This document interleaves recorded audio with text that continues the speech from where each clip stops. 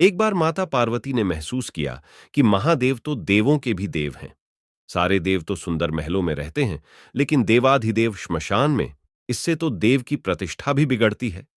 उन्होंने महादेव से हठ किया कि आपको भी महल में रहना चाहिए। आपका महल तो इंद्र के महल से भी उत्तम और भव्य होना चाहिए। उन्होंने जिद पकड़ी कि अब ऐसा महल चाहिए जो तीनों लोक में कहीं ना हो। हम महादेव ने समझाया कि हम तो ठहरे योगी, महल में तो चैन ही नहीं पड़ेगा। महल में रहने के बड़े नियम विधान होते हैं। मस्त मौला औघड़ों के लिए महल उचित नहीं है। परंतु देवी का वह तर्क अपनी जगह पर कायम था कि देव यदि महल में रहते हैं तो महादेव क्यों श्मशान में और बर्फ की चट्टानों पर। महादेव को झुकना पड़ा। उन्होंने विश्वकर्मा जी को बुलाया। उन्हें ऐसा महल बनाने को कहा जिसका सुंदरता की बराबरी का महल त्रिभुवन में कहीं न हो। वह न तो धरती पर हो, न ही जल में। विश्वकर्मा जी जगह की खोज करने लगे। उन्हें एक ऐसी जगह दिखी जो चारों ओर से पानी से ढकी हुई थी। बीच में 3 सुंदर पहाड़ दिख रहे थे। उस पहाड़ पर तरह तरह के फूल और वनस्पति थे। यह लंका थी। विश्वकर्मा जी ने माता पार्वती को उसके बारे में बताया तो माता प्रसन्न हो गईं और एक विशाल नगर के ही निर्माण का आदेश दे दिया।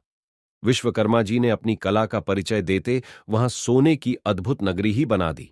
माता ने गृह प्रवेश को मुहूर्त निकलवाया। विश्रवा को आचार्य नियुक्त किया गया। सभी देवताओं और राशियों को निमंत्रण मिला। जिसने भी महल देखा वह उसकी प्रशंसा करते नहीं थका। गृह प्रवेश के बाद महादेव ने आचार्य से दक्षिणा मांगने को कहा। महादेव की माया से विश्रवा का मन उस नगरी पर ललचा गया था, इसलिए उन्होंने महादेव से दक्षिणा के रूप में लंका ही मांग लिया। महादेव ने विश्रवा को लंकापुरी दान कर दी। पार्वती जी को विश्रवा की इस धृष्टता पर बड़ा क्रोध आया। उन्होंने क्रोध में आकर शाप दे दिया कि तूने महादेव की सरलता का लाभ उठाकर मेरे प्रिय महल को हड़प लिया है। मेरे मन में क्रोध की अग्नि धधक रही है। महादेव का ही अंश एक दिन उस महल को जलाकर कोयला कर देगा और उसके साथ ही तुम्हारे कुल का विनाश आरंभ हो जाएगा।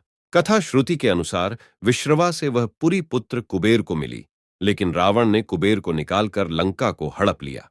शाप के कारण शिव के अवतार हनुमान जी ने लंका जलाई और विश्रवा के पुत्र रावण, कुंभकर्ण और कुल का विनाश हुआ। श्री राम की शरण में होने से विभीषण बच गए।